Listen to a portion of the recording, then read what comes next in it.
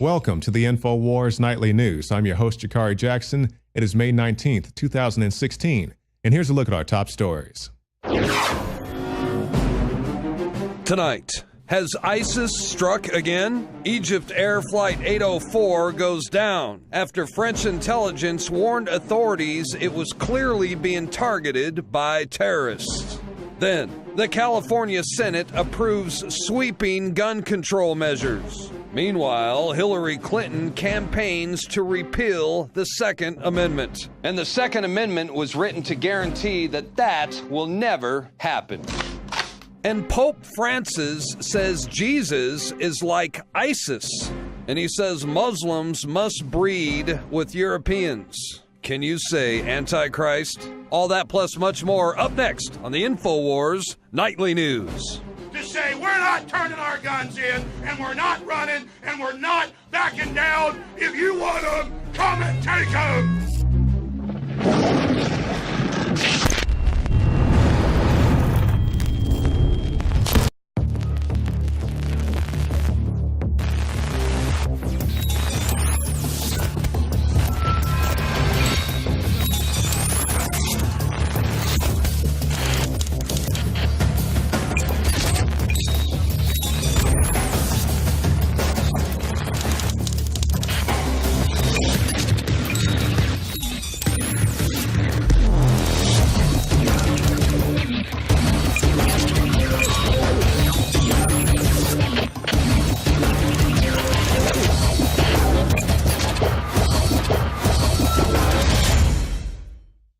I began to get into iodine a few years ago because it was helping me and my family so much get healthy and detoxify. I believe our research is conclusive. This is the best iodine out there. And I know this for a fact. Nobody else has got iodine based on these pure crystals, ladies and gentlemen. For a limited time, experience the ancient power of Survival Shield X2. I believe our research is conclusive. This is the best iodine out there. Take advantage of this at InfoWarsLife.com.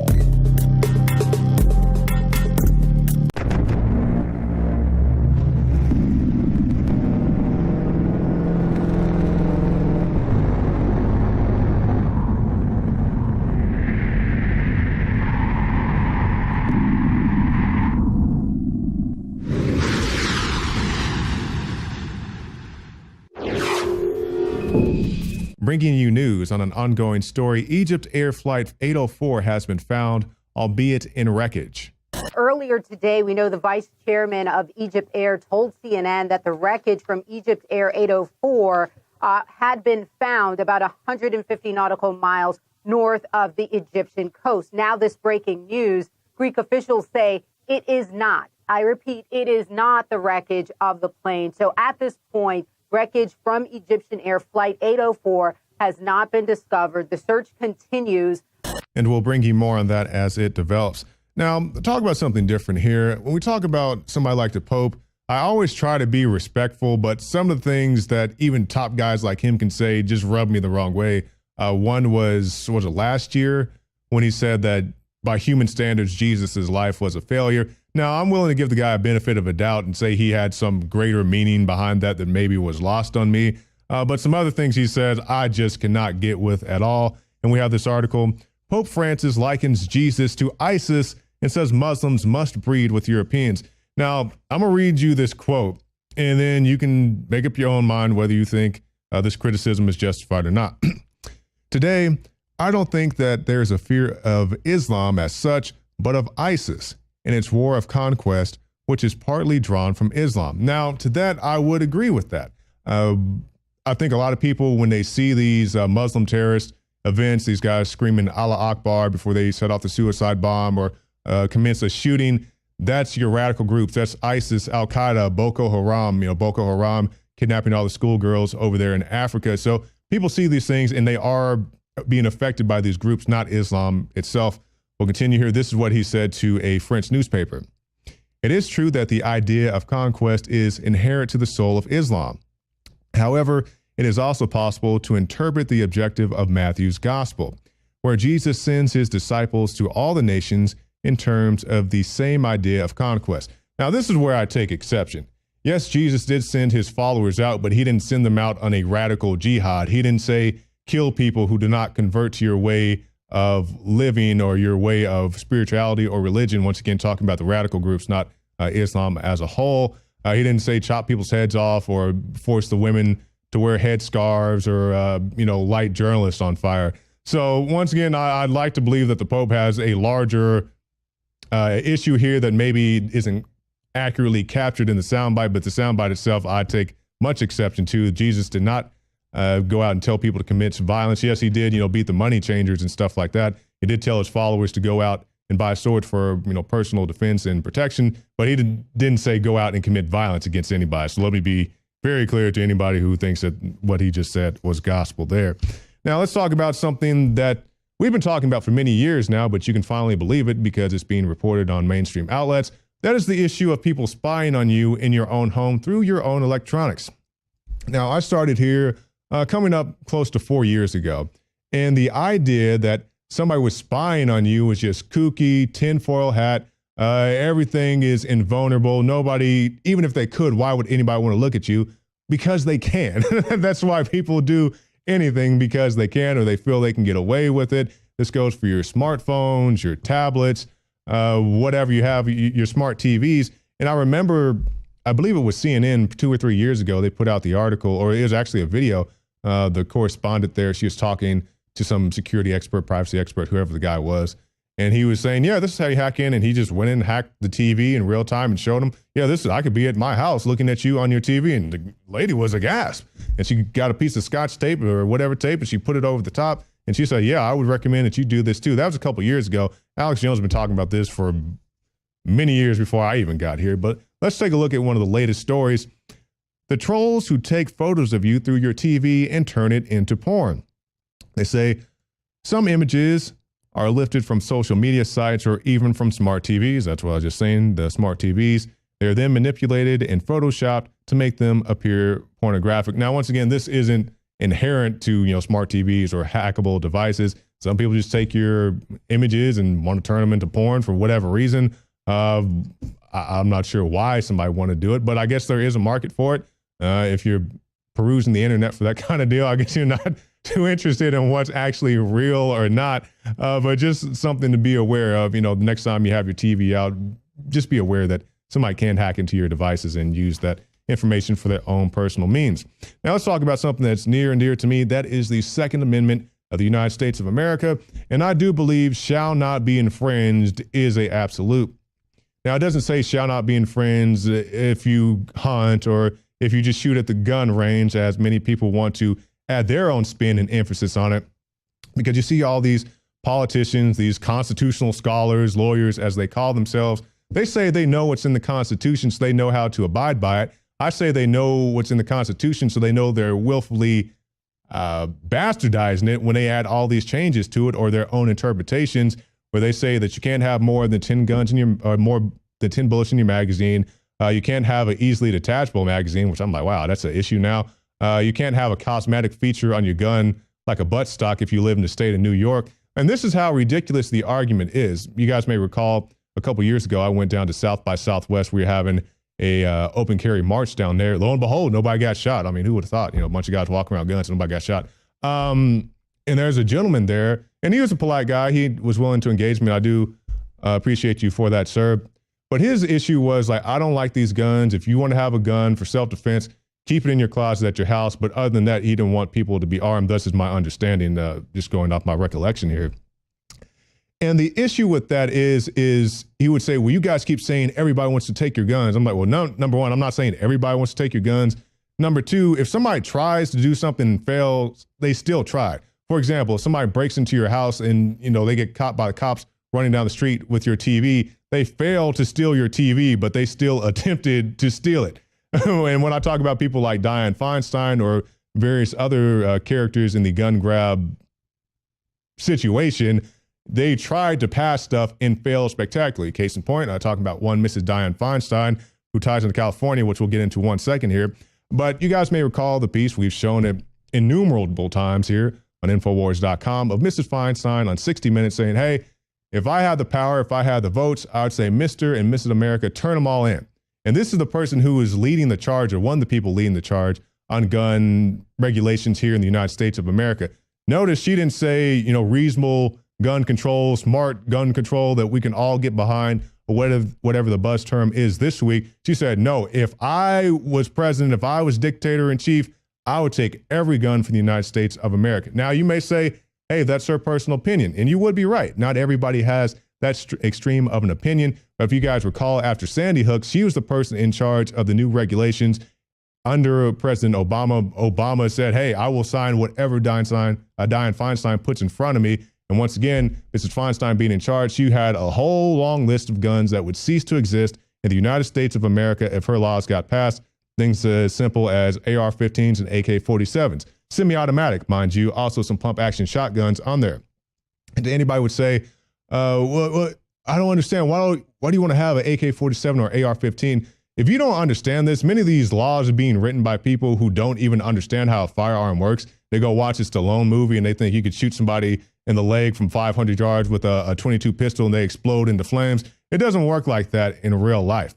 So when you have a semi-automatic firearm, if you have a big sporting goods store, I don't know what it is in your town, if you have a Cabela's or a Bass Pro Shop Academy, which we have here in the South, those guns are not fully automatic. If you see an AR-15 or AK-47, that is not a fully automatic weapon. Well, you can augment it. Well, you can augment bath water into liquor if you're patient enough. You can augment anything to do anything. You can beat somebody to death with a phone book. But I've been talking a lot without even getting into the article. You guys tell me what it says in the article. California Senate approved sweeping gun control measures. It says, lawmakers voted to require that people turn in magazines capable of holding more than 10 rounds as they approved nearly a dozen measures that would significantly reshape California's gun laws, already among the strictest in the U.S. Senators approved 11 gun-related bills in total. They include regulations for homemade firearms, background checks for ammunition purchases, which I think is ridiculous, a ban on magazines holding more than 10 rounds, a mandate to report lost or stolen guns, a ban on loaning firearms to friends, and funding for a gun violence research center. Now, this is my argument when people say, well, we should regulate or have a registry of people who have mass purchases of ammunition. You could have mass purchases of alcohol, for example. We go out and do all kinds of stupid stuff with that. But when I bring up that argument of it, people say, well, you can't ban alcohol because we had prohibition and we had violent crime spike overnight. Well, what do you think is going to happen if they actually come through and ban firearms? So that's my counter argument to that. Also, the 10 rounds in the magazine. People need to understand, going back to my earlier statement of people watch the movies and stuff like that. There's an article, I think it was right after Feinstein was trying to come through with this most recent stuff, saying that she wanted to ban, the number of bullets you can have in your magazine. And this woman, she had like a 5 or 6 shot revolver. She was home with her kids. Somebody broke into her house. She shot 5 shots at the bad guy. I'm not sure if she hit him all 5 times, but she shot him multiple times. The guy ran out the house. Lo and behold, he didn't die. If he was with a crew of 2 or 3 people, she would have been out of bullets and out of luck when the other guys came to harm her. But that's just one aspect from it. And also, when you talk about just banning things, people need to understand, they don't talk about San Bernardino, Sandy Hook, and all these other things. And yes, those are true tragedies. But there's an article just the other day of a couple brothers, I believe they're twin brothers, they were going around town with homemade IEDs and blowing up mailboxes. I mean, you can make a bomb with stuff you buy at Home Depot or Lowe's. Are you going to shut down Home Depot or Lowe's? No, you understand they're good, responsible people, just like there are bad people. When you find the bad people, you put them in jail or whatever sanctions you have to do on them, but you don't stress out the rest of the population. And speaking of stress, they're saying that the average person only has about 36 minutes a day to relax fully. And this is a report. It's a study of about 2,000 people. And they say these people, they said they felt stress. And as many as 30% of those polled said that over the past 6 months, they have not been able to fully take a break from work and recharge. And they say this builds up a toll. It takes a toll on you. And they say that you're more likely to have mistakes at work, other things, take time off work, sick days, and all that other stuff. And let's say, you're done with work and you're done with school, whatever. What about this? You go to the gas station and now you have crazy people attacking you at the gas station, as is this video. Woman caught on video taking a bat to a truck. I told you to move. Very stressed out indeed.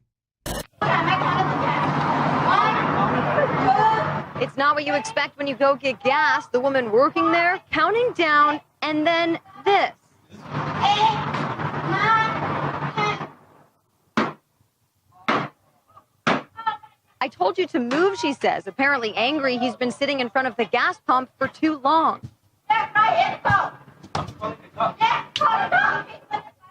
Now that's an aggression, but what about a microaggression as they're being called? We see, I mean, most of the time I don't even talk about this social justice warrior stuff because there's just so much of it. I think it's ridiculous and not even worth spending the time of day to give credence to. But now they say that a white person smiling at a black person is a racist microaggression. This is something your kids were indoctrinated with during Whiteness History Month at Portland College.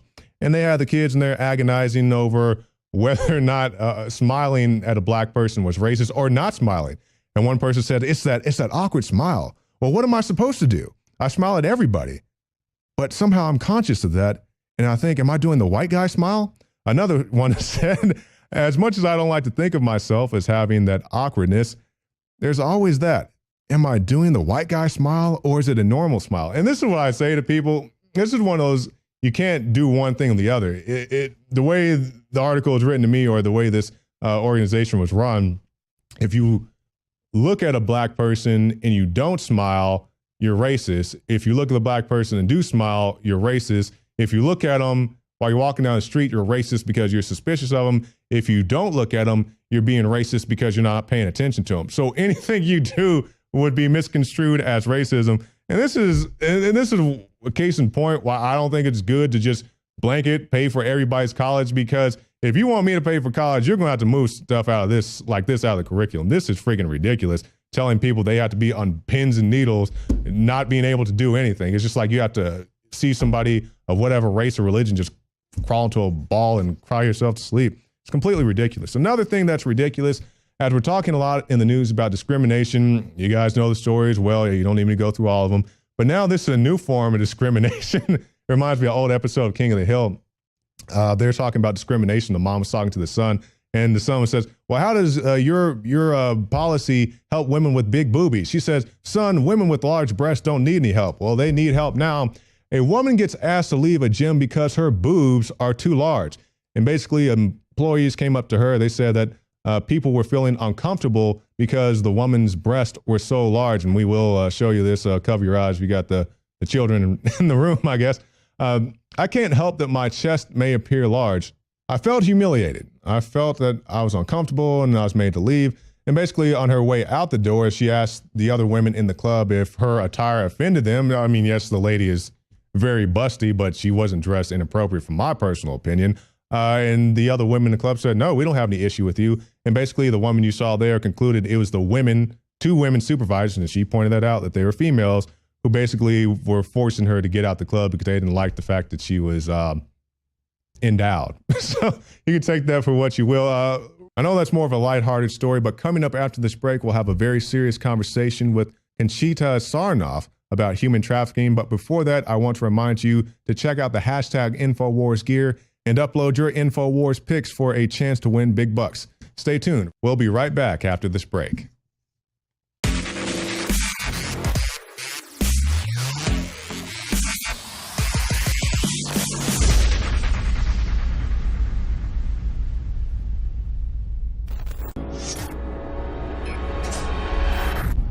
There's a very important question that needs to be answered.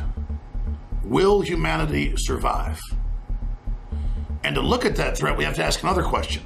What is the number one obstacle to human beings and our species surviving and becoming a type 1 civilization that isn't just dependent on this planet? You could say that it's changes in the heavens, suns going supernova, tectonic earthquake and volcano events, nuclear weapons, genetic engineering. But if you look at the race, the acceleration of technological development, I think the biggest threat overall is humanity not pacing ourselves and merging with artificial intelligence. So they're trying to end humanity as if it's a good thing and create this new species. Talk about mad scientists. And there have been several new articles on this just the last few weeks. DARPA is testing implantable chips in soldiers' brains is one of them. Another just came out in mid-April. Rich Americans seeks black market brain implants in bid to plug into artificial intelligence matrix. And they're going to go through the dangerous surgeries of being hooked up, not just with a few wires, but with thousands of connections total, to the brain, to an AI computer to try to merge consciousness. My father, a physician, recently went back to continuing education, part of keeping his medical license, and he brought me back some of the literature they gave them. This is from the state medical boards right here in Texas, that soon you'll have to have a DNA chip to get a prescription. Not just that chips are going to be on the pills and medicines themselves, but now you're going to have to give your blood, basically every time, a tiny prick, into a DNA chip database that tracks everything going on in your body as well as your genes. In this short report, we're only scratching the surface. And the big issue here is things they denied 20, 30 years ago that were going on, they're now admitting today. What are they doing that we don't know about? We need to have a debate about our species. We need to understand that the global elite have decided we're obsolete and are moving towards a robotic future where there's no place for humanity, as Bill Joy wrote over 15 years ago for Wired Magazine in his article, Why the Future Doesn't Need Us. And the numbers are in. Screen time, all the television, all the prescription drugs. This modern culture is killing us. Our IQs are dropping. People are becoming more and more ignorant. Society is unraveling and falling apart. So we know that the fruits of this high-tech poison tree are literally killing us. The answer is getting back to healthy living, gardening, spending time with our families, less screen time, and also using compounds that Mother Nature has produced that are known to boost our natural abilities. Humans have built an incredible world. We can change our environment. We do have that magic spark. But the elite think we're ugly and bad and have decided it's time that humans be thrown on the ash heap of history.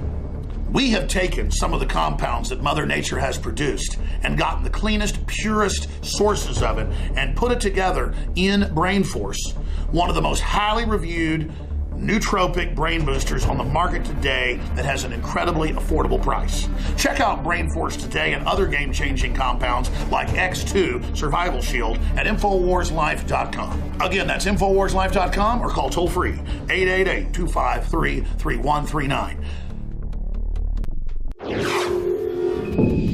You've heard the names, Seville, Sandusky, and now Epstein. And now our guest today is going to talk about at least Epstein in her new book, Traffic King, which is available on ConchitaSarnoff.com. She is Conchita Sarnoff, and she is the executive director of the Alliance to Rescue Victims of Trafficking. And thank you for joining us today, Conchita. Thank you, Jakari. Thank you for having me on your show. Oh, it's our pleasure. Now, can you tell us a little bit about the book, Traffic King? Yes, certainly. Well, the book came about as a result of my investigation.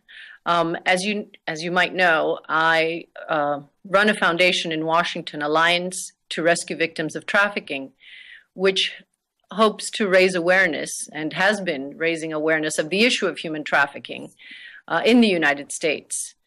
And as a result of my investigation into various human trafficking cases, I stumbled into the Epstein case unexpectedly.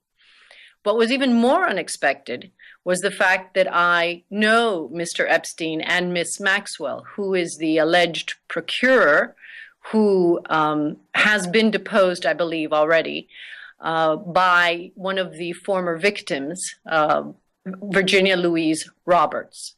And there's a pending case in New York, Virginia Louise Roberts versus Ghislaine Maxwell. It's a defamation case, a civil case. So based on my research about the issue of human trafficking, and based on the fact that I knew Miss Maxwell and Mr. Epstein socially, I was stunned, number one, that I even knew people that could supposedly, purportedly commit such heinous crimes, and two, that people actually committed these crimes.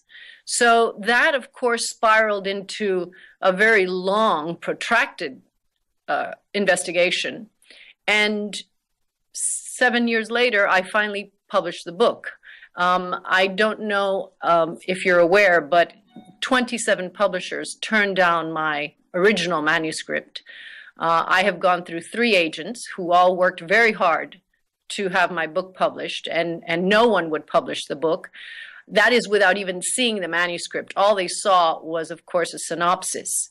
And given the reasons that I was told by my agents, primarily it was fear of a Clinton presidency and fear of litigation, of course, both by Mr. Epstein and some of the characters implicated in Mr. Epstein's case. So there began this very long investigation. And this, as you might know, has been blasted across the media since 2010. The story first appeared in 2006, about a year after Mr. Epstein was arrested. He was arrested in Palm Beach in 2005 because one girl came forward to the Palm Beach Police Department. After that girl came forward, it sort of spiraled, and I think over 100 victims came forward to the police, and more than 40 depositions, sworn statements were taken independently and individually. Now, I'm sorry, I got to interrupt you there, Conchita. Now, with all the people that came forward, are you saying they came forward against Epstein? Correct. That is wow. correct. And these were all underage girls. That means all under the age of 18. So in Florida, the age of sexual consent is 18. So these girls who came forward, some came forward with their parents, others came forward independently. And a case began, of course, by the Palm Beach Police Department. Chief Michael Ritter, who was the chief of police at the Palm Beach Police Department at the time, was in charge of this case with Officer Joe Recaray.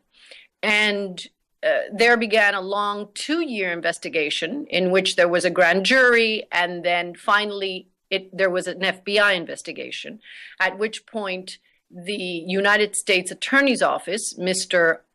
Alex Acosta, who was the prosecutor at the time, believed that there was sufficient evidence for the federal government to go forward into an investigation. Well, Mr. Epstein, who, as you know, is a Wall Street billionaire, registered sex offender level 3, hired a slew of absolutely star quality attorneys, including Mr. Kenneth Starr, who was the Solicitor General during the Bill Clinton impeachment and during the former president's Monica Lewinsky scandal.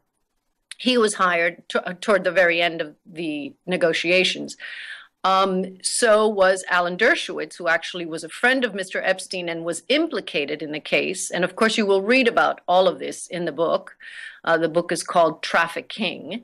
And other attorneys, other very prominent attorneys, were Roy Black, Gerald Lefcourt, Martin Weinberger, and Jay Lefkowitz. And so here you have a star team of attorneys representing Mr. Epstein against dozens of underage girls who, of course, did not have the wherewithal, the resources, the financial resources to fight Mr. Epstein, certainly not civilly.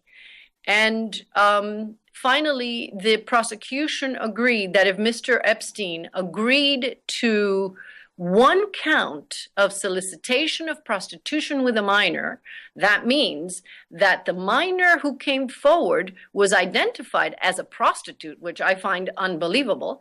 Then if he would agree to that one count, and then there was another count, so there were in total 2 counts out of the multiple counts that he was originally charged with.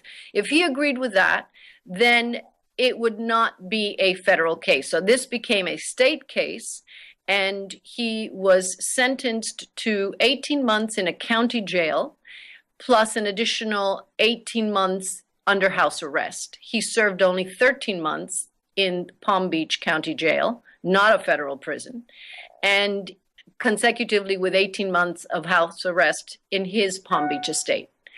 So I think the reason this is important, one of the reasons, Jakari, this case is so important, is because it has set precedent.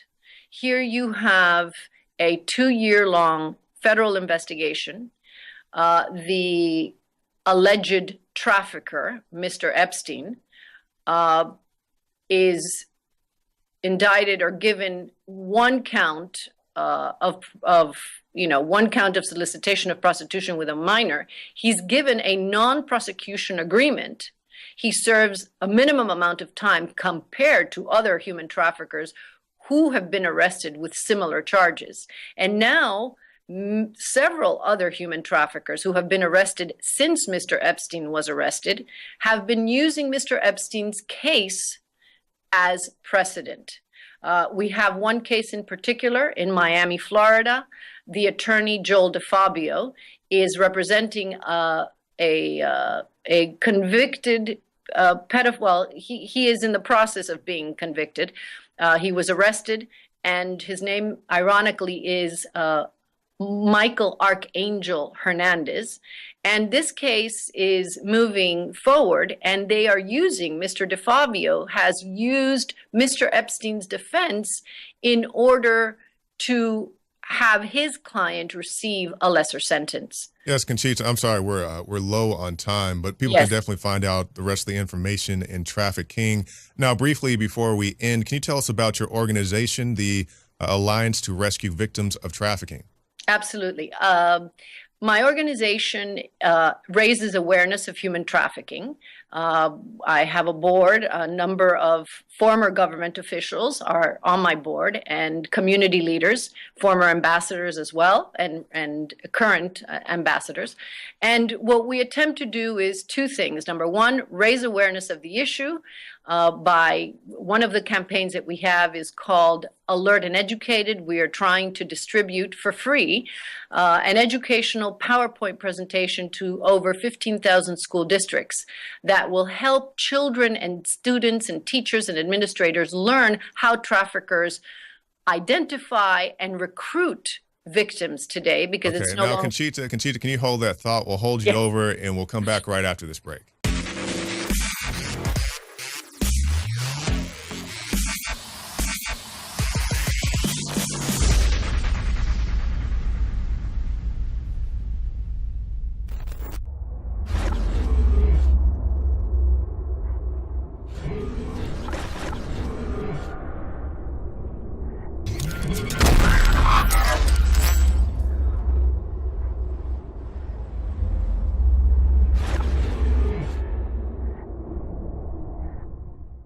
A lot of people ask me, what is the most important area of Infowars that runs the whole operation that is having such a big effect against the globalists?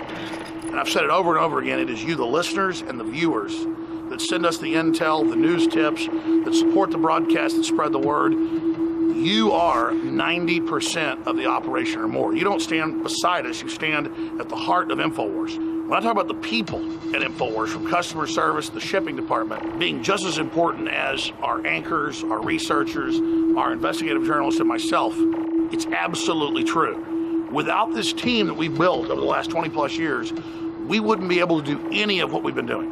And that's what's so exciting, because we finally built up to a point where we now have the launch pad.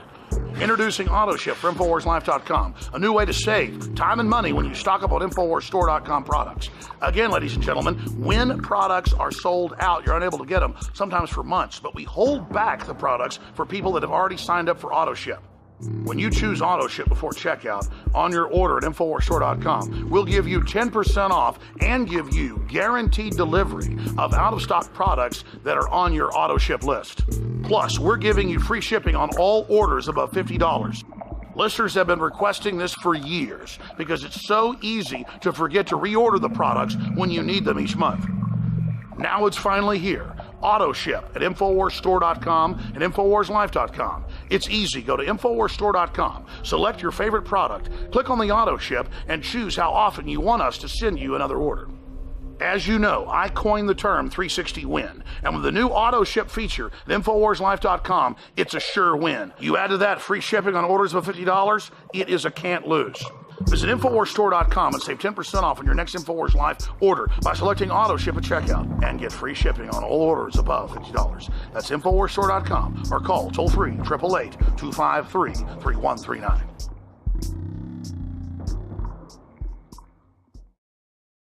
Your liver can be full of fatty deposits, built-up toxins, and even dangerous objects known as liver stones. We worked with the top developers in the field of detox to take tried and true herbs and other compounds known to safely cleanse the liver and fused it with the latest research and technological development on concentrating these ingredients to give you the maximum effect. Liver Shield is the only liver support product on the market that uses a patented Spigirex blend of powerful organic herbs that support detoxification. And when you visit InfoWarsLife.com, see the instructional video on how to do a 6-day liver detox. This isn't a game, and let me tell you, the results are dramatic. Liver Shield is totally organic and made of the safest high-quality herbs. Liver Shield is the only liver support product on the market that uses a patented Spigirex blend of powerful organic herbs that support detoxification. And when you visit InfoWarsLife.com, see the instructional video on how to do a 6-day liver detox. This isn't a game, and let me tell you, the results are dramatic. Liver Shield is totally organic and made of the safest high-quality herbs. But that said, you need to consult your physician before you do the full detox. Liver Shield can also be used daily by itself for overall upkeep of the liver. Secure your Liver Shield today exclusively at InfoWarsLife.com for the lowest price available. That's InfoWarsLife.com or call 888-253-3139.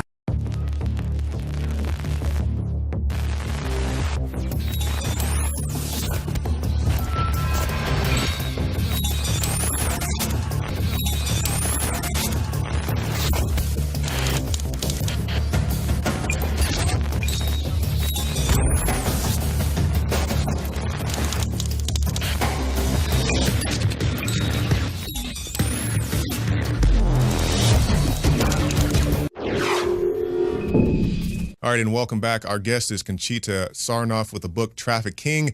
Conchita, you were cut off by the break, and you were telling us about your organization, the Alliance to Rescue Victims of Trafficking. Yes, thank you. As I was saying, the situation with, forgive me, something happened here. As I was saying, what we are attempting to do, what the foundation is attempting to do, is to raise awareness of the issue of human trafficking. And also, we would like to open the first safe house to rescue victims in the Washington, D.C. area. Washington, D.C., our nation's capital, does not have a safe house. One of the biggest problems and one of the biggest reasons why victims today do not come forward as easily as they should is because they have nowhere to go after they come forward. So if they're arrested, then they're let out on the street. Mm-hmm. If they're not arrested and they escape from their traffickers, they have usually nowhere to go. Do they go back home where the problem began, usually? Or do they stay out in the street? Or do they have a friend where they can live with? I mean, it's an enormous problem. You see all these movies. There's a movie that just came out, The Abolitionist, a fantastic documentary about what's going on in the world of human trafficking. But guess what? It's all filmed abroad, in Haiti, in Colombia, in Mexico. Why do they not film that documentary in the United States when the problem is so prevalent in this country? According to Congress in 2012, over 300,000 American children were trafficked. According to the United Nations, 22 million children are trafficked. I mean, we don't have accurate numbers, as you might know, because the first point of defense is always the police department. So for the police to have an accurate figure, an accurate count of the number of victims in each district, in each area, they have to arrest the victim. And then they have to know that that victim is a trafficked victim and not anything else. So it is a very complicated problem, and nobody has really drilled down to the very root of this problem, which is, why are there so many children being trafficked? Well, one reason certainly is the increase in child pornography. As you know, pornography today is the largest business online, and child pornography is the second largest business online. Thirdly, this whole issue of pedophilia. Some researchers want to describe the issue of pedophilia as just another sexual orientation. Well, is it really a sexual orientation? Yeah, we see groups like, I believe it was Salon, just to cut in briefly, they keep putting out these articles trying to normalize pedophilia.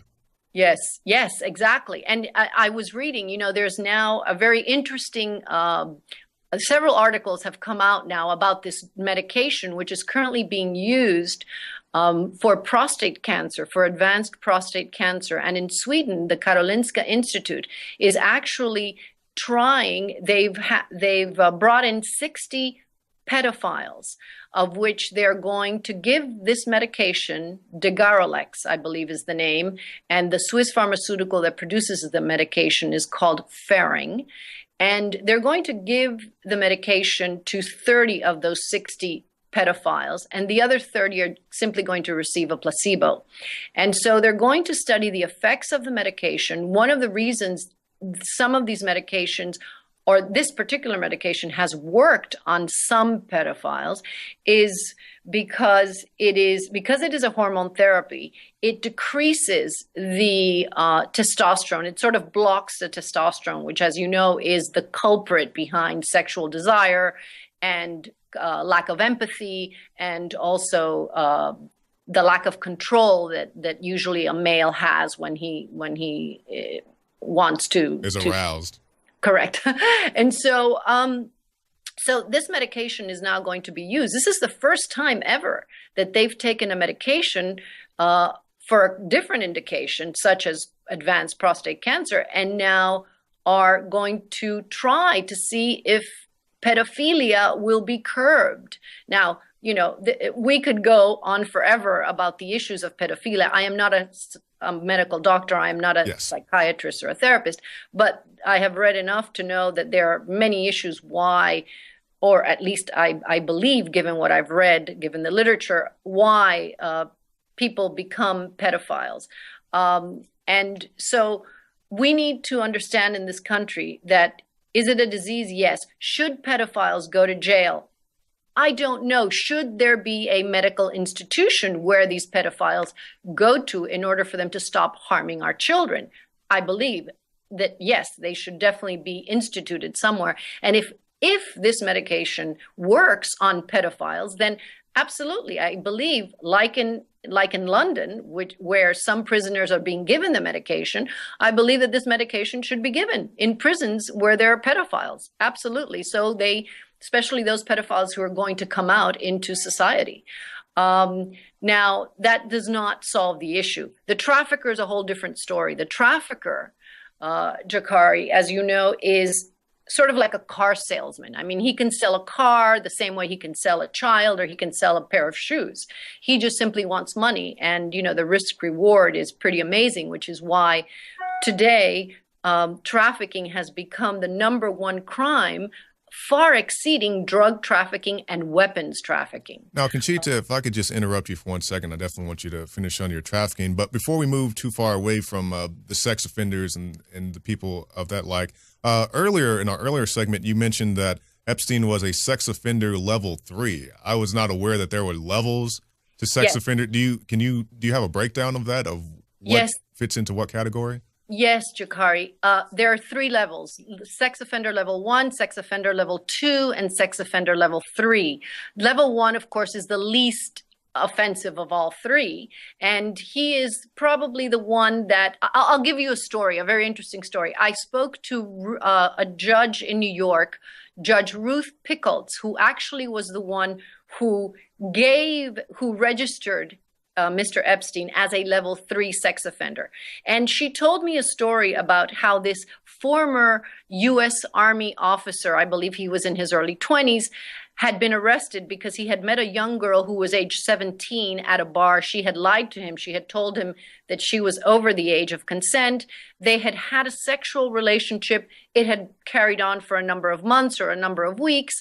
And then her parents found out and brought charges against the young man. And he was charged. He was arrested. He went to jail. Excuse me. And then he went before Judge Pickles, and the Manhattan District Attorney asked her to register him as a level 3. She refused. She said, absolutely not. This young man's life has already been ruined. Conchita, I'll let you finish, but just to let you know, we have about a minute left. Okay. Anyway, so there are 3 levels, and Epstein is Epstein was registered, according to Judge Pickles, in the highest level, level 3, which is the most dangerous type of all, because it usually means someone who is recurring and who will recur. Okay, well, thank you so much, Conchita. Once again, the book is Trafficking, available at ConchitaSarnoff.com, and also the Alliance to Rescue Victims of Trafficking. It's www.atrvt.org.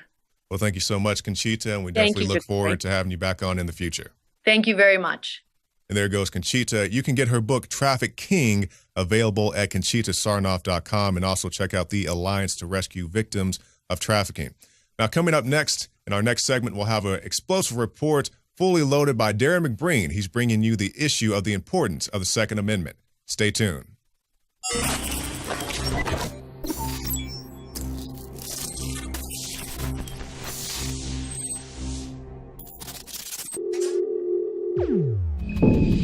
You know, with all this talk lately about gun control, it occurred to me that I've yet to see a single politician who can explain to me how they plan to take guns away from the criminal thugs who are out there on the streets right now. Oh, sure, you'll hear plenty of talk about how they plan to take guns away from us law-abiding citizens. But if you take guns away from all of us legal gun owners, then the only people that will have guns will be the bad guys. In fact, I'm curious. I want to see a show of hands right now. All those for gun control, raise your hands. All right, there's 1, 2, 3, 4. Anyone else? See there, that figures. All the usual suspects. Any questions?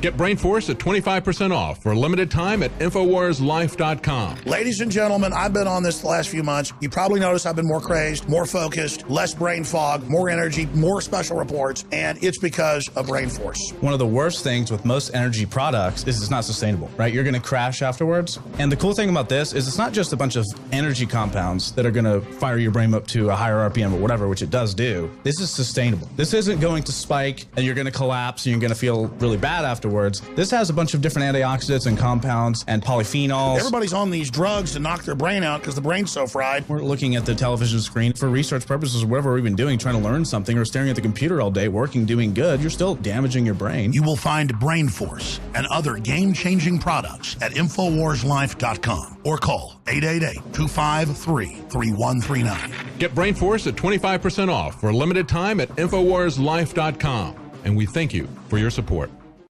In the past decade, we have witnessed unparalleled scientific discoveries in the area of health.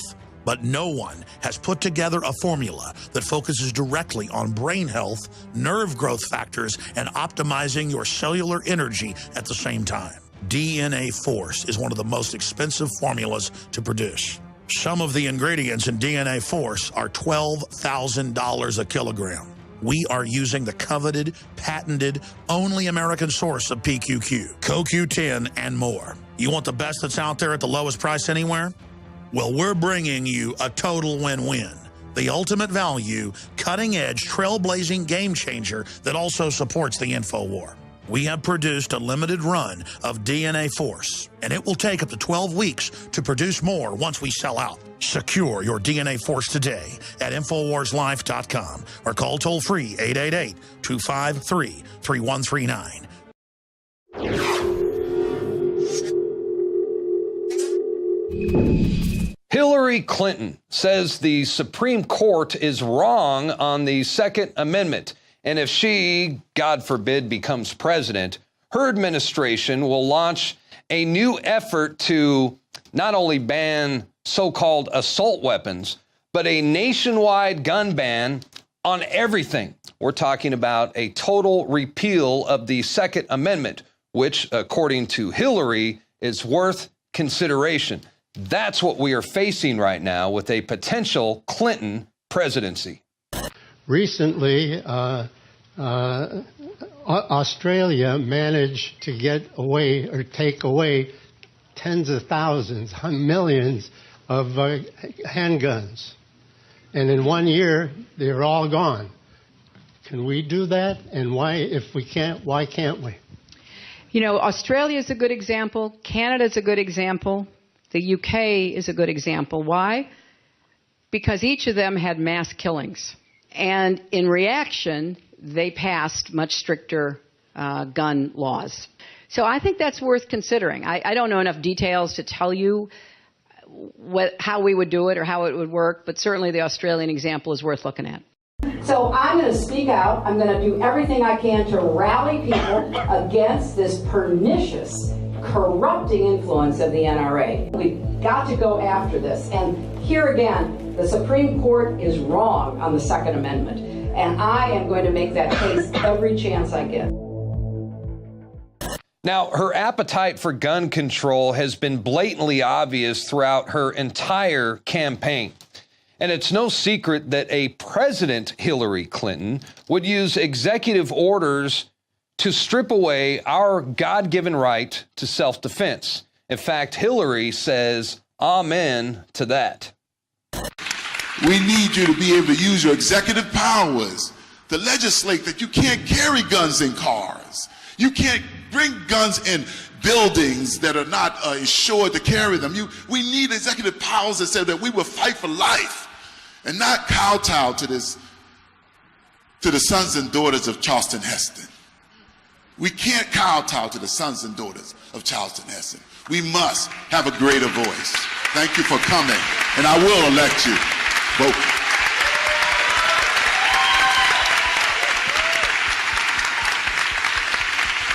Whoa. Let the congregation say, amen.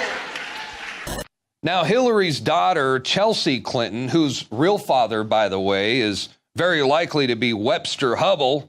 But hey, let's not tell anyone because the Clintons really want to keep that a secret. But anyway, Chelsea Clinton has also been hitting the campaign trail in support of her mom. And she says now that Justice Scalia is dead and out of the way, the Supreme Court can finally make a definitive ruling on gun control. With Justice Scalia on the bench, one of the few areas where the court actually had an inconsistent record relates to gun control. So if you listen to Moms Demand Action and the Brady campaign, kind of major efforts pushing for smart, sensible, and enforceable gun control across our country, which in disclosure have endorsed my mom, they say they believe the next time the court rules on gun control will make a definitive ruling. There's proof right there, ladies and gentlemen, that you really need to spay and neuter your Democrats. Because it looks like Chelsea is going to be every bit as evil and nasty as her mom. So it matters to me that my mom's the only person running for president who not only constantly makes that connection, but also has a strong record on gun control and standing up to the NRA. And here's a news flash for the Clintons. America doesn't have a gun problem. America has a gang problem. And in gun-free zones like Chicago, there's already been over 1,000 shootings this year. And guess what? Not one of the shooters was a member of the NRA. From my cold, dead hands.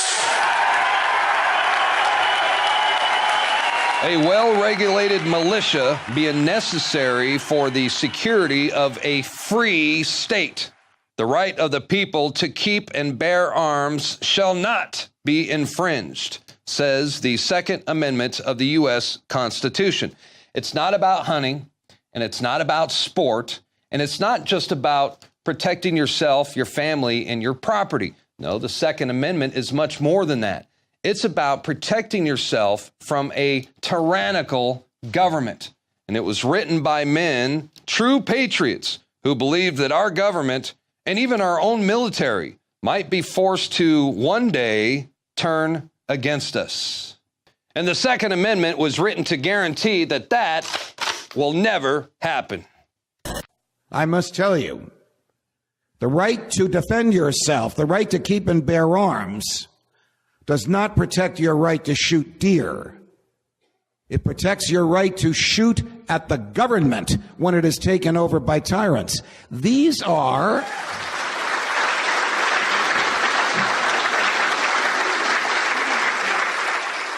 the quintessential American right, the right to be left alone. If I could have gotten 51 votes in the Senate of the United States for an outright ban, picking up every one of them, Mr. and Mrs. America, turn them all in, I would have done it. But I also believe that a lot of gun owners would agree that AK-47s belong in the hands of soldiers, not in the hands of criminals. We just have to be repetitive about this. It's not enough to simply have a catchy ad on a Monday and then only do it every Monday. We need to do this every day of the week and just really brainwash people into thinking about guns in a vastly different way. Enough. Enough. Enough. Enough. Mayor Bloomberg, how you doing? Jason, I grew up in Brooklyn. In the spirit of gun control, will you disarm your entire security team? We'll get right back to you. You'll get back to me? They may feel that it's part of a romanticized culture. There's an aspect of this, a kind of Wild West cowboy Dirty Harry aspect. There's also an aspect. So they're macho men and they got to have a gun. Go ahead. Make my day. Anybody that wants to disarm me can drop dead. Vice President Biden and I had a meeting with a group of technology people and talked about how guns can be made more safe by making them either through fingerprint identification, the gun talks to a bracelet or something that you might wear. Anybody that wants to make me unarmed and helpless, people that want to literally create the proven places where more innocents are killed, called gun-free zones, we're going to beat you. We're going to vote you out of office or suck on my machine gun. That's why you're going to fail, and the establishment knows no matter how much propaganda, the Republic will rise again when you attempt to take our guns. Guns will be taken. No one will be able to be armed. We will take all weapons. I believe that as Americans, we have a right to arm ourselves against criminals, but we don't need the ability to arm ourselves against the Army or the police. The United States military is not out to get us. And I think that's a healthy thing to question your government. I don't think it's particularly healthy to question the military. Hitler took the guns. Stalin took the guns. Mao took the guns. Fidel Castro took the guns. Hugo Chavez took the guns. And I'm here to tell you, 1776 will commence again if you try to take our firearms. I don't want that man to have a gun. I wouldn't feel comfortable having an argument with him in his home. Challenge Alex Jones to a boxing match, show up with a semi-automatic that you got legally, and pop him. I'd love to see that. In uniform. You don't have that much time to take away Americans' guns, declare martial law, and put hardworking Americans in FEMA camps. If you're going to do that, you better get started. You better get started. Hey, that's going to do it for tonight's broadcast. The Infowars Nightly News will return tomorrow evening, 7 o'clock p.m. Central Time. Until then, have a great night. We'll see you back here tomorrow. See you.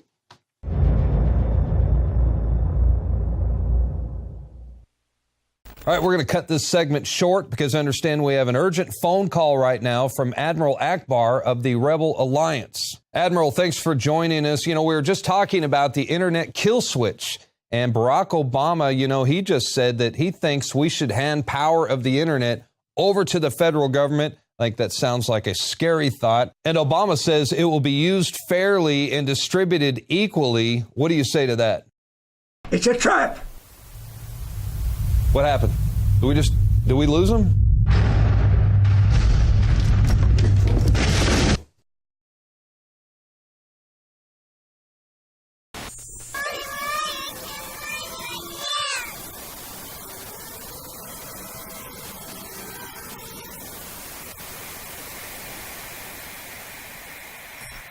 Knockout is back. If you want a product that has 10 known ingredients that naturally get your body to relax, your brain to relax, so you get deep, restful sleep, Knockout's it. InfoWarsLife.com. L-theanine, hops flower extract, lemon balm extract, valerian root extract, chamomile flower extract, L-tryptophan extract, melatonin, and more. All organic, all the natural sources. It's the same price as leading brands of melatonin that are 3 milligrams apiece. It has 3 milligrams, the standard recommended dose for an adult, and it just synergistically puts everything in there. InfoWarsLife.com. That's InfoWarsLife.com, or call 888-253-3139. You are watching the Infowars Nightly News, which airs 7 p.m. Central at InfoWarsNews.com. And your support is helping us defend liberty worldwide.